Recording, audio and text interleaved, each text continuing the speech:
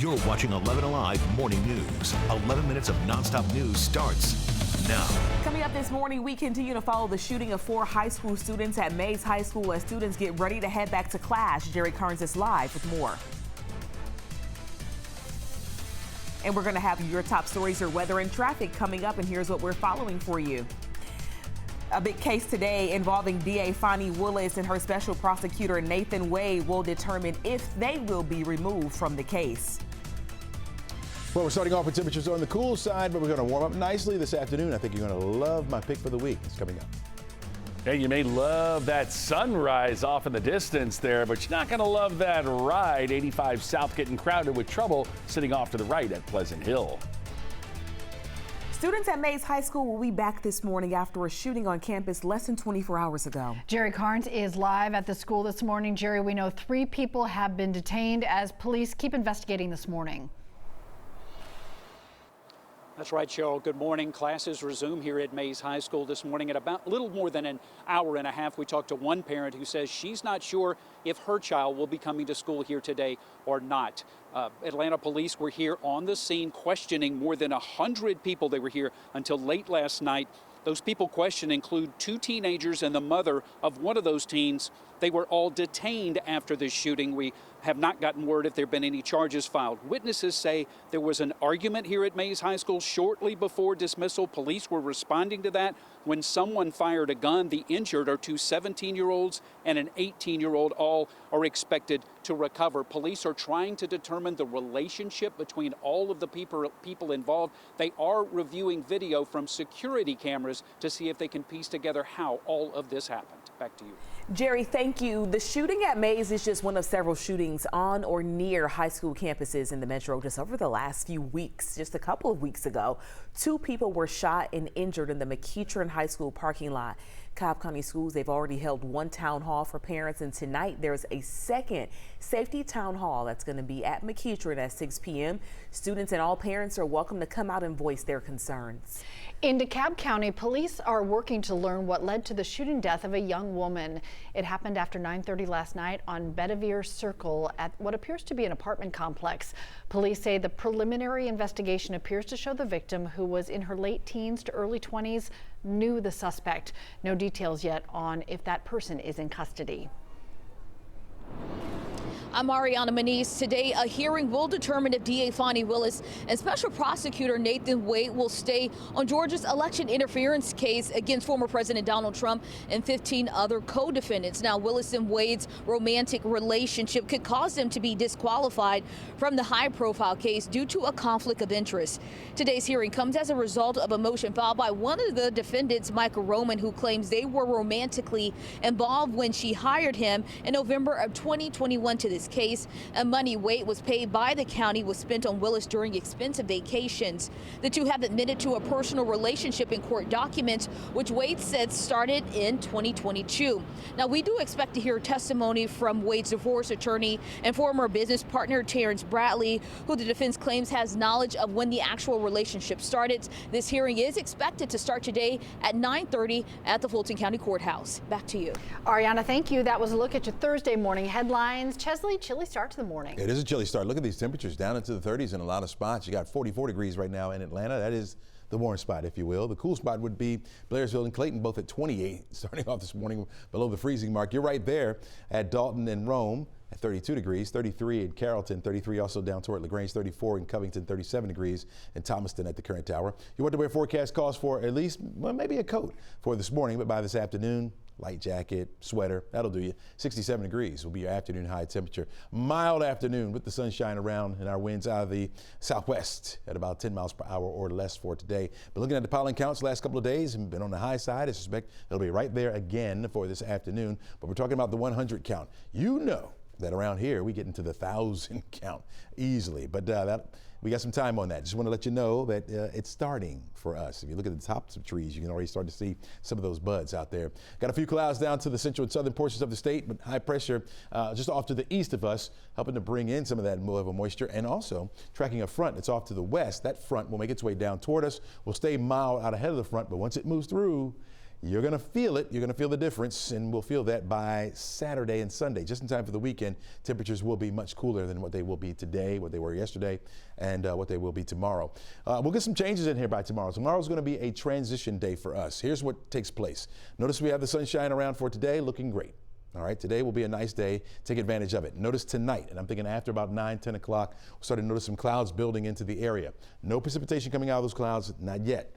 We'll start off Friday morning with partly to mostly cloudy skies. Certainly during the afternoon, those clouds get thicker on us. That rain won't move into our northwestern counties, including Georgia's Rome, until after midnight, and then make their way down toward the metro area through the wee hours of the morning. So 1, 2 o'clock in the morning, a few raindrops on Saturday, early Saturday morning.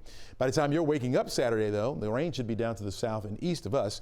We'll see those clouds early morning, and we'll start to slowly or gradually break those up as we head toward the afternoon and toward the evening. I think we will get some sunshine in here before it sets on Saturday with just a few clouds around. In fact, staying that way for Sunday as well.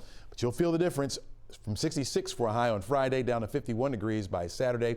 Sunday 54 after a 32-degree start, and then we'll warm it back up as we head through the work week next week. Crash? We will take that warm up, my friend. Things are heating up out there as far as the rush hour is concerned. We've been keeping an eye on that international terminal. Hard to see, but way off in the distance there, those traffic lights are completely out, and that's what's doing the damage as you try to make your way onto the international side of the airport off of I-75 and C.W. Grant Parkway. So if you're heading to the airport, little FYI on the international side, give yourself a little extra time. Had a stalled vehicle near Six Flags, kind of putting the big brake lights there on that West Expressway coming in I-20 from Thornton Road to the perimeter, and of course the East Expressway just slowly filling up, and I-85 southbound, a little stall around Pleasant Hill, and some regular volume adding to the delays, and you give you a live look. Well, there you go, the big three. 75 is fine, 400 is fine, 85, there it is right there. That's what I wanted to show you. I-85 south crowded with that beautiful sunrise in the background. Thanks, Crash. I'm Liza Lucas. Right now, a cybersecurity expert claims he has evidence that data has already been leaked from Fulton County's suspected cyber attack. Patrick Kelly is the CEO of Largus Security.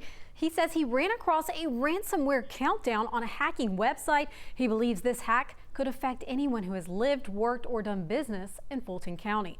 Now, Kelly says he believes Lockbit 3 are the hackers behind this. They have a reputation of going after high-value targets like municipalities for millions of dollars. Kelly says police informants, jurors, and HIV patients could soon be exposed. We're looking at medical records, court cases that have been tried, haven't been tried, usernames and passwords for all of the infrastructure, and it appears to be data for all of the departments that are in Fulton County. Kelly also mentioned that there were quite a few weak administrative passwords disclosed in this leak, so others should take this as a lesson to use a password phrase with numbers, symbols, and two-step verification. We have been staying on top of this story since Fulton County initially reported the cyber security incident last month. For details on how it's still affecting county systems, head over to 11alive.com.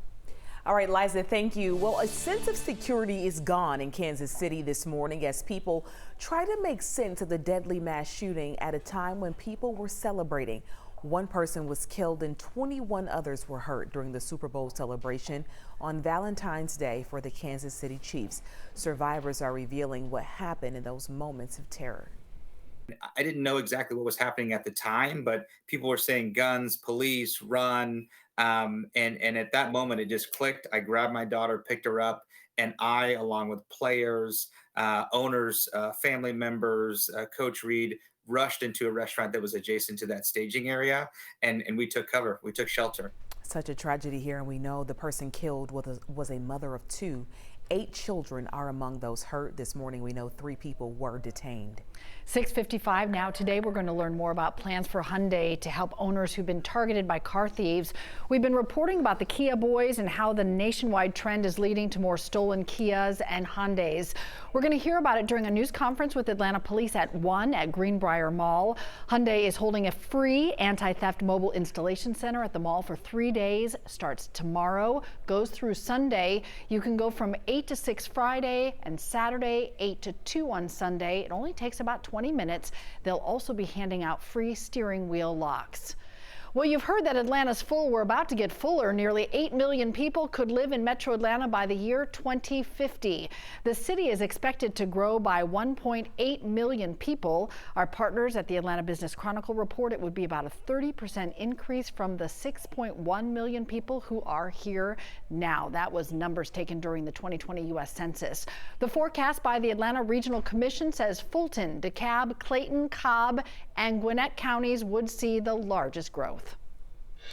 The NBA has fined Atlanta Hawks guard Trae Young for a gesture he made toward an official.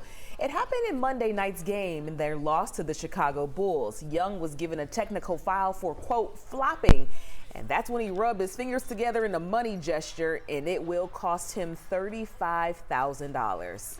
It is all about getting to Paris. There are 163 days until opening ceremonies for the Summer Olympics. Marietta's own Hampton Morris is one step closer to qualifying after dominating at the European Championships this week.